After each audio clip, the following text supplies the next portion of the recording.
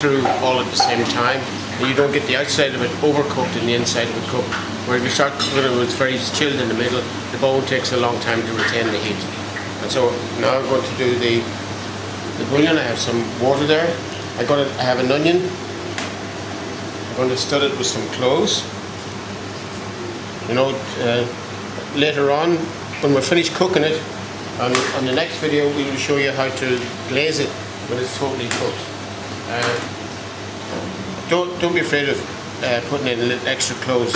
One of the things I say is that if you put in a few spices and a few things that go with your ham, you don't need salt because there's enough salt in the ham.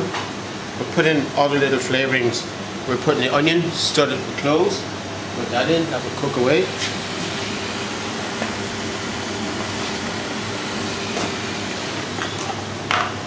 Putting in 2 cinnamon sticks, 2 whole cinnamon sticks into the water, and a little bit of pepper. Just a little bit of cracked pepper into the water. Just you can add a bay leaf, you can add herb stocks, you can add anything you like. Whatever you want to do to make up your bouillon. Just let it simmer for a while. While that's simmering, I'm going to show you what to do with the ham. The only thing you really have to do with the ham is here. This is the H-bone, is what it's called.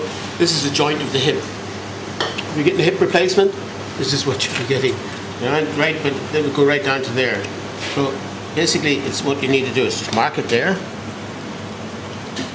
But what you should do is actually make sure that if you're at home or somewhere, ask the butcher to pre-do it for you, because they would have nice sharp knives and they do it in a few seconds for you and save you. But if it's at home and somebody gives you a gammon ham, this is what you do. Just right in there. Make sure you have a nice sharp knife. And once again, say if you have a good knife, you won't cut yourself. Only blunt knives cut people because you have to put too much pressure on them.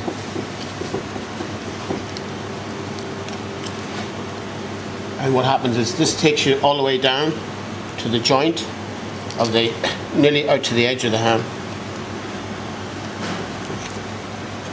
Now, nice and clean as you can get it. That there, just ready to go in. What we will do is we'll just immerse this, and when it's fully cooked, there's a little bone here which will pop up, and we will break this and pull it.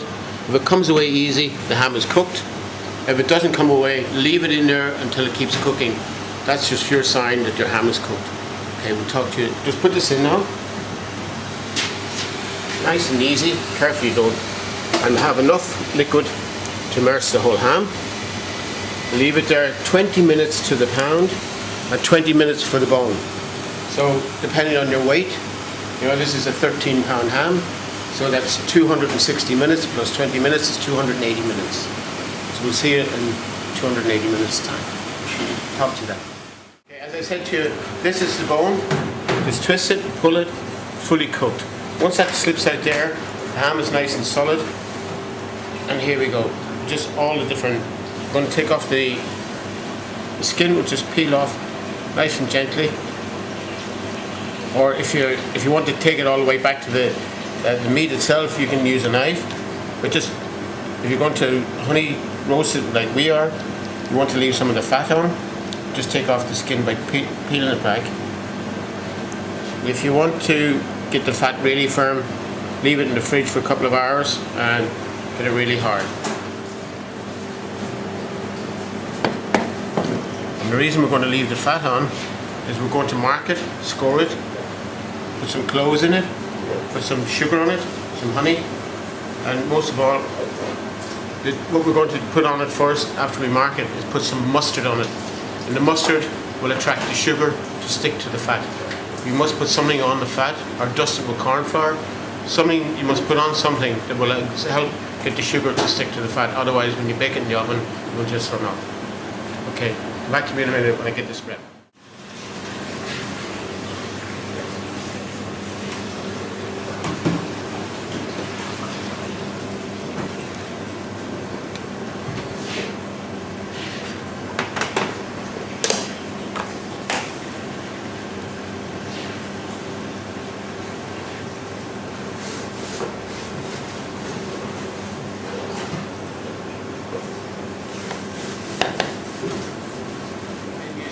some mustard.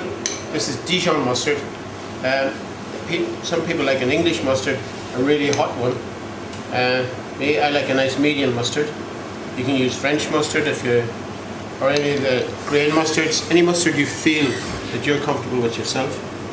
So just, there we go, just liberally put it on, because you want something that will stay on for the sugar to stick to. There we go. Make sure all the fat is covered. Grooves are there so you know where you're going. When it cooks out, you'll get the scoring marks come up. Now all the way around.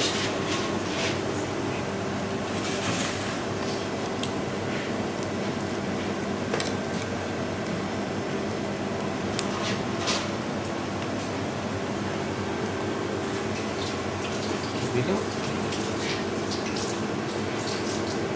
Now, that's enough mustard for the sugar to stick to. Next thing is what we're going to do before we put the sugar on. We're going to put the cloves in. Once again, up to you individually, depending on how many you want to put onto it or how much clove flavour you want. And clove is great to help use up on the fat. I have my mustard on. I want sugar now. What I'm using here, I'm using a dark brown soft sugar, and I'll tell you why I'm using this rather than demerara, because it will stick to the mustard, the little pad. The demerara, being grainy, will just run off. So I'm just using this one to pat it down, almost like flour. It'll pat down and over the cloves, and as it melts then it will stick to the mustard, which in turn will stick to the ham, and then some of it will run off onto the tray, you'll see later on, and we will baste the ham with the caramelized sugar as it comes off. So that's basically here. If you put honey on, what happens is the honey runs off, and you would have to put a dusting of corn flour or a light dusting of flour to hold the honey, to stop it from completely running off, so as you get some kind of a coating. Now there we go, nicely on, well packed with sugar, and soft sugar is great. It holds tight, gives you a nice coating, and here we go. As you notice, I pat with this hand and I lift the sugar with this hand, so they don't get cross-contamination with the sugar. Now, what temperature of... This goes into a very hot oven, about 220, because you want the sugar to burn very quickly. You don't, because if you're too slow in the oven, it will just melt and all run away. Really hot oven, you want it to caramelize quickly. Silicone paper. This is the same as if you buy a silicone mat, but you can buy the silicone paper.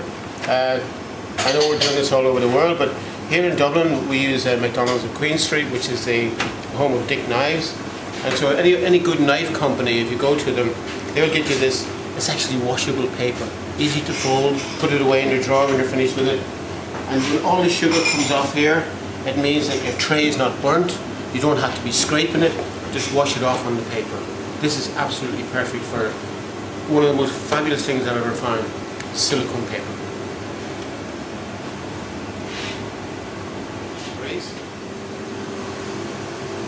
221, 220 is perfect. So I'm just going to take this over to my oven.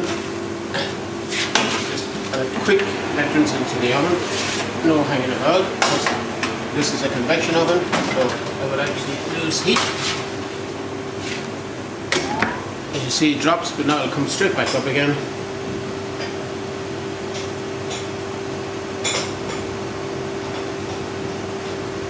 And do you want to maintain the 220 all through the cooking process, chef? All the way through the cooking process, otherwise what you see, the ham is cooked. So all you're really doing is you're really crusting. You know, like you put a crust on a rack of lamb after it's partially cooked. Same with this here. You just simply put your crusting this here to add extra flavours. You know, the mustard will cook to the ham, sugar will cook to the mustard, and we have it all ready. You see, temperature's come back up. 2 minutes, it'll all be ready. And there, leave this in here depending on your oven, about 30 minutes should do it. Take it from there. Cooking until the sugar comes off, but baking into the fat because the mustard is holding it. Nice, beautiful colour coming up. A few more minutes in the kitchen, we can smell all the sugar burning. So it's time to raise our ham from the oven, like you did. And we're going to take it off. I'm going to put it onto it. What you can do, just get your sugars. See, because it's on the silicone, you can lift it up, get a nice pool of sugar back over it. Soft sugar does this. I love working with soft sugar. Just get a nice syrupy sugar. There we go, more of it. By using the silicone paper, you're not scraping on the tin. You get all the sugar, you're rebasing, putting all your sugar back onto your ham. Young David, who cleans up the trays, will be delighted.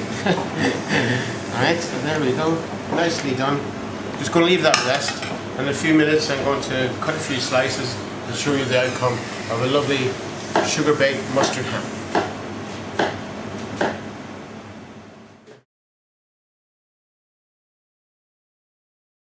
Welcome back.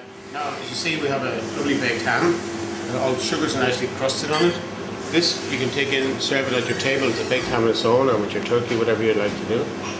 Here we have the knives for carving, just a choice of all sorts of things. In the classical kitchen, you will see this one. People have serrated edge knives in their kitchen. This is a long carving knife. This is a more modern style, slightly heavier, easier to grip. And these two are not really ham knives, they're carving knives. This is a multi-purpose carving knife with a safety grip on the handle, which takes you up from the board, where you're not going to beat your hand off the board when you're carving it, or it gives you room to get around different items. Okay. This is the old classical ham knife. This is called a Granton. Granton, very hard to find nowadays, but that is the old classical carving knife with the dimples in the blade, easy to keep sharp. This is what you call a French carving knife, which every professional kitchen or any modern kitchen would use as a carving knife, especially for ham. It is long enough, it's slim enough, see, and absolutely sharp enough to take it. And you just use your fork.